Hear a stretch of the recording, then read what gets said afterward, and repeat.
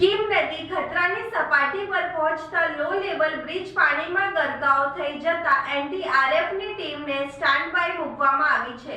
સુરત જિલ્લામાં સતત વરસી રહેલા ભારે વરસાદને વિકાસના દાવોની પોલ ખોલી નાખી છે।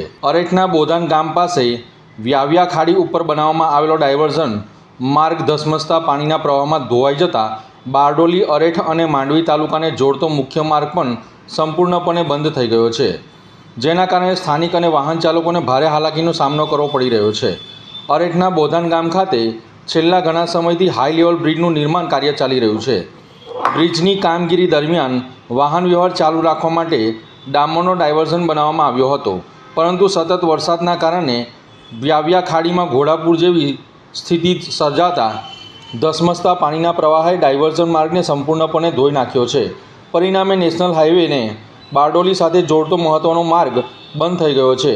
માર્ગ બંધ થતાં બારડોલી, અરેઠ અને માંડવી તાલુકાના વચ્ચે અવર જવર કરતા લોકો હવે આશરે 25 કિલોમીટરનો વધારાનો ફેરાવો ફરવાની ફરજ પડી રહી છે।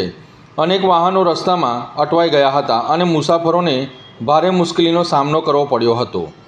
ખાડીમાં પ્રચંડ પ્રવાહના કારણે પીવાના પાણીની પાઇપલાઇન તૂટી ગઈ હતી, જેના કારણે સ્થાનિકોમાં પાણીના પુરવઠાને લઈને પણ ચિંતા વધી છે।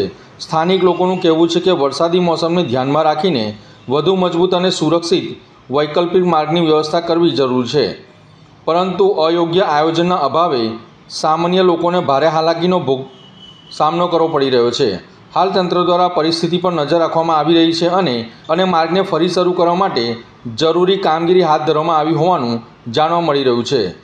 સુરત જિલ્લાના અરેઠના બોધાન ગામમાંથી સામે આવેલી મોટી ઘટના, જ્યાં વરસાદી પાણીના ધસમસતા પ્રવાહને લીધે ડાયવર્ઝન માર્ગ ધોવાઈને પાણીમાં વહી જતા લાખો સ્થાનિકો અવર જવર કરતા વાહન વ્યવહારો પર પ્રભાવિત થયા હતા।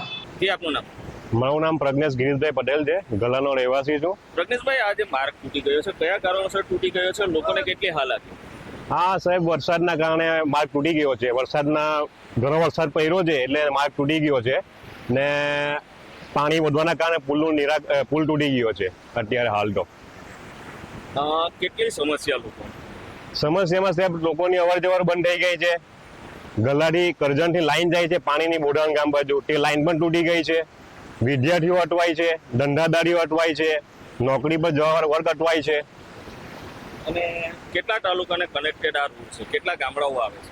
સાહેબ ગામડાઓ તો ઘણા બધા આવે છે, ગલા, કરજણ, વીરપોર, બોધાનથી આ બાજુ કામરેજ આવવાવાળા ઘણા છે। તાલુકા એમ જોવા ગઈએ તો આપણે કામરેજ તાલુકો, બારડોલી તાલુકો, માંડવી તાલુકો, એમ 3 તાલુકા લાગે છે ને કનેક્ટિંગ રોડ છે આ।